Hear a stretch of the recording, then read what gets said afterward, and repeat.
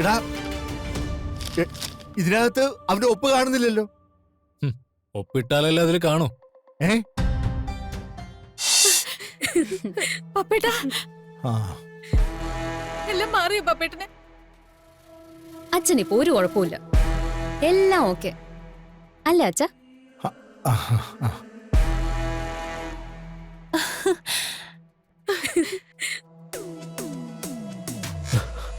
അമ്മാവാ, ഏട്ടാ,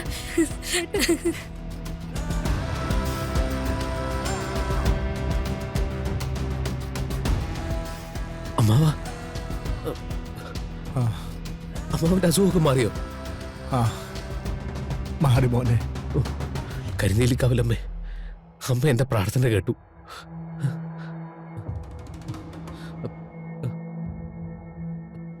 വേറെ കുഴപ്പമൊന്നുമില്ല അമ്മാവ? ഇല്ല മോനെ, ഇല്ല, ശരിയായി. അസുഖമൊക്കെ മാറി അമ്മാവൻ എണീറ്റ് നടന്നില്ലേ? ഇനി എന്തിനാ അമ്മായി കരയുന്നേ? എങ്കിലും ഇത്ര പെട്ടെന്ന് ഇതെങ്ങനെ സാധിച്ചു? അതാ അത്ഭുതം. ഞാനൊരു സത്യം പറയട്ടെ,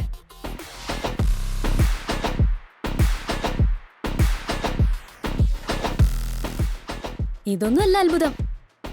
ഇനി ഞാൻ പറയാൻ പോകുന്നത് കേട്ടാ നിങ്ങളുടെയൊക്കെ കണ്ണു തള്ളും.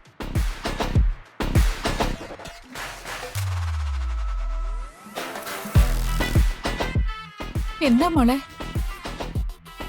പറയാച്ചാ.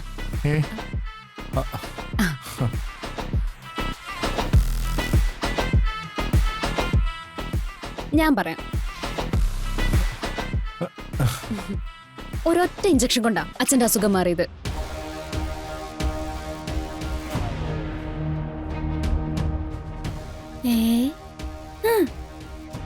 എനിക്ക് നേരത്തെ തോന്നിയിരുന്നു, പിന്നെ പരിശോധിച്ചിട്ടാവാന്ന് കരുതിയാ നിങ്ങളോട് പറയാതിരുന്നെ. ശരിക്കും സത്യാണോ ഏട്ടത്തിയമ്മേ? ഒരൊറ്റ ഇഞ്ചക്ഷൻ കൊണ്ട് എല്ലാം ശരിയായോ? പിന്നല്ലാതെ. ഇതിനൊക്കെ വേണ്ടിയല്ലേ അച്ഛന്റെ പൈസ മുടക്കി ഞാൻ ഡോക്ടറായത്, അല്ല അച്ഛ?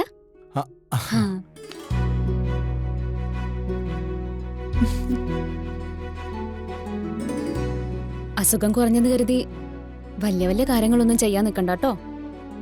ഇനി അങ്ങോട്ട് എങ്ങനെ ജീവിക്കണമെന്ന് നല്ല വ്യക്തമായിട്ട് ഞാൻ അച്ഛനോട് പറഞ്ഞു കൊടുത്തിട്ടുണ്ട്.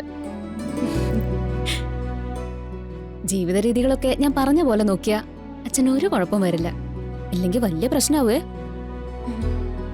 അതെ, എന്തൊക്കെ കാര്യങ്ങളാ മോളെ ശ്രദ്ധിക്കണ്ടേ? അതൊക്കെ അച്ഛനറിയാം. എന്തായാലും അമ്മാവിനിപ്പോ കുഴപ്പമൊന്നുമില്ലല്ലോ, അത് മതി, സമാധാനായി. എന്നാ നമുക്ക് ഇറങ്ങാൻ കിരിയേട്ടാ, ഇനിയും നിന്നാ താമസിക്കും. എന്തെങ്കിലും കഴിച്ചിട്ട് പോയാ പോരെ മോളെ? വേണ്ട അമ്മേ, പിന്നൊരു ദിവസം ആവട്ടെ. അമ്മേ, അച്ഛന് നല്ല വൈറ്റമിൻസ് ഉള്ള ആഹാരം കൊടുക്ക്, നല്ല ക്ഷീണം ഉണ്ടാവും. അച്ഛാ, ഇറങ്ങട്ടെ. അമ്മാവ,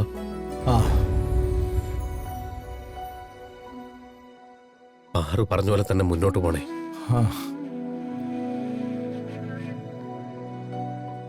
ആരോഗ്യം ശ്രദ്ധിക്കണേ. ഞാൻ സമയം കിട്ടുമ്പോഴൊക്കെ വന്ന് കണ്ടോളാം. എന്തെങ്കിലും ആവശ്യമുണ്ടെങ്കിൽ വിളിക്കണേ.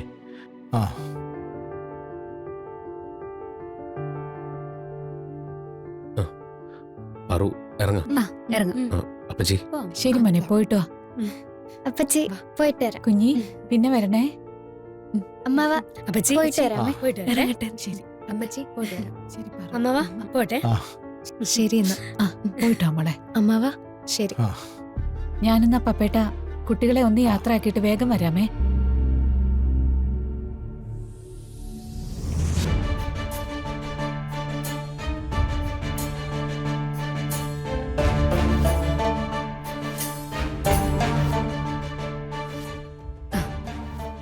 അച്ഛാ, ഇപ്പൊ കിട്ടിയ സൗജന്യം എന്നും എന്റെ കയ്യിൽ നിന്ന് പ്രതീക്ഷിക്കണ്ട. ഇനി ഇമാതിരി അഭ്യാസം ഇറക്കിയ പടനിലത്ത് പാർവതി ആരാണെന്ന് പടനിലത്ത് പത്മനാഭൻ അറിയും. കേട്ടോ അച്ഛാ?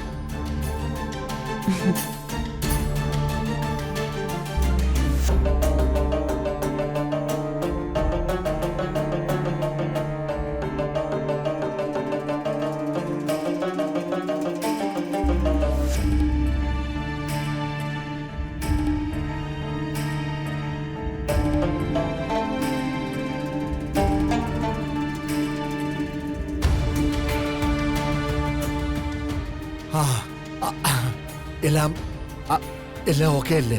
എവിടെ എവിടെ കടലാസ്?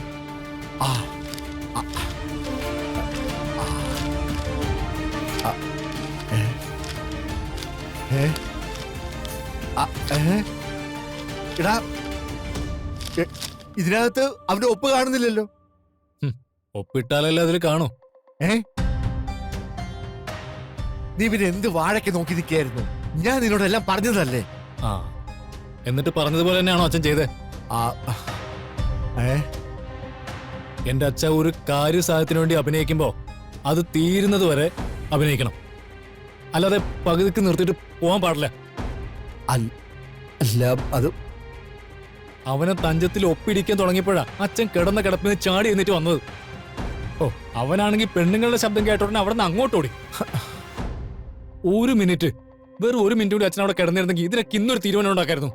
ഊവടാ, ഒരു മിനിറ്റ് കൂടെ ഞാൻ അവിടെ കിടന്നിരുന്നെങ്കിലേ നിന്റെ അനിയത്തിയില്ലേ എന്റെ മോള്, അവളെന്നെ എന്തോ കുത്തിവെച്ച് കൊന്നേനെ.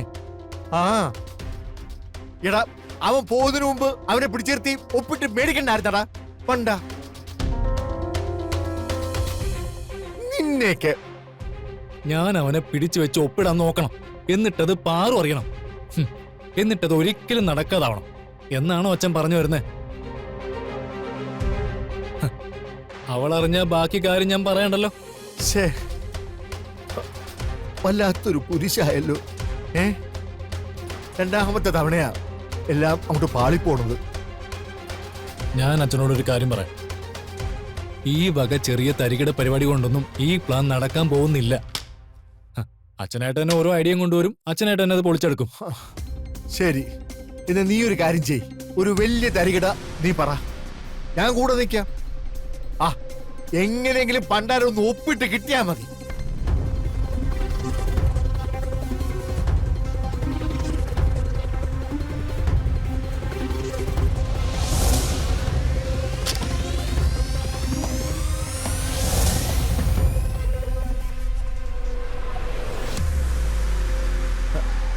ആ